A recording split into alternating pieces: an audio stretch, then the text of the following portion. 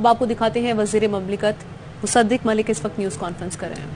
اجازت دی کہ انگلستان جائے اور وہ پیسے جو حکومت پاکستان کو ملنے تھے $250 ملین پاکستان کی پوری IMF کی پہلی قسط $1 ارب کی $1.1 ارب کی تھی، $250 ملین، 1/4 پاکستان کو جو مدد ملی ہے یا جو قرضہ ملا ہے اس کا 1/4 ایک سیکرٹ ڈاکیومنٹ کے ذریعے 450 کنال لینے والا شخص، اسے کیا کہیں گے بھائی آپ، صادق اور امین؟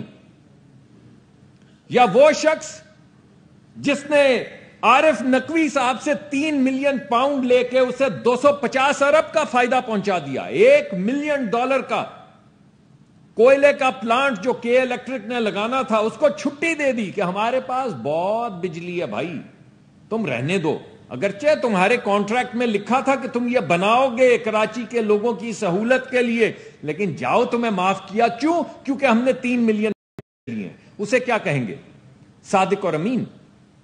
ابھی وہ انگوٹھیوں کی باتیں میں نہیں کروں گا، وہ سب آپ کے سامنے۔ میں تو آج آپ سے صرف یہ پوچھوں گا کہ اگر پہلی 2 لیکس جو تھیں جن کو پر خان صاحب اتنا شور مچا رہے تھے کہ وہ برحق ہیں، تو یہ بعد میں آنے والی 2 کیا تھی بھائی؟ ہمارا آئین کیا کہتا ہے؟ جب ہم آئین لیتے ہیں تو ہم خدا کو حاضر ناظر جان کر ایسے ہاتھ اٹھاتے ہیں، ایسے نہیں،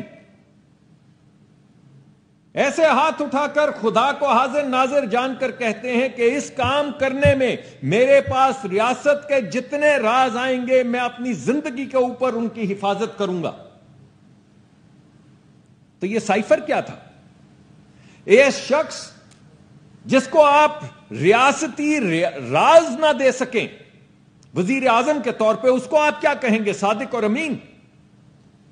ایک شخص جو راز جو ہے ریاست کا اس کو بولے کاغذ کا ٹکڑا تھا کھو گیا کہیں، اسے آپ کیا کہیں گے، امین؟ یہ امانت رکھی تھی ریاست کی اس امین نے، مگر وہ پھر بھی اسی عدالت کے فیصلے کے تحت آج تک ہیں صادق اور امین۔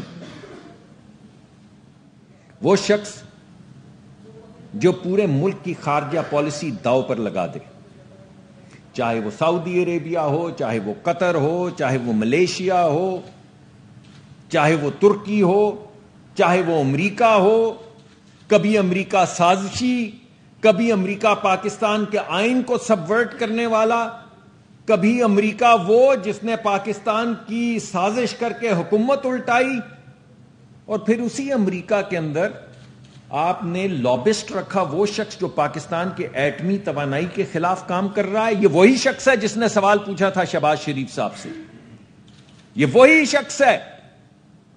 اپنے ملک کے خلاف سازش کرنے والے کو کیا کہیں گے بھائی، صادق اور امین؟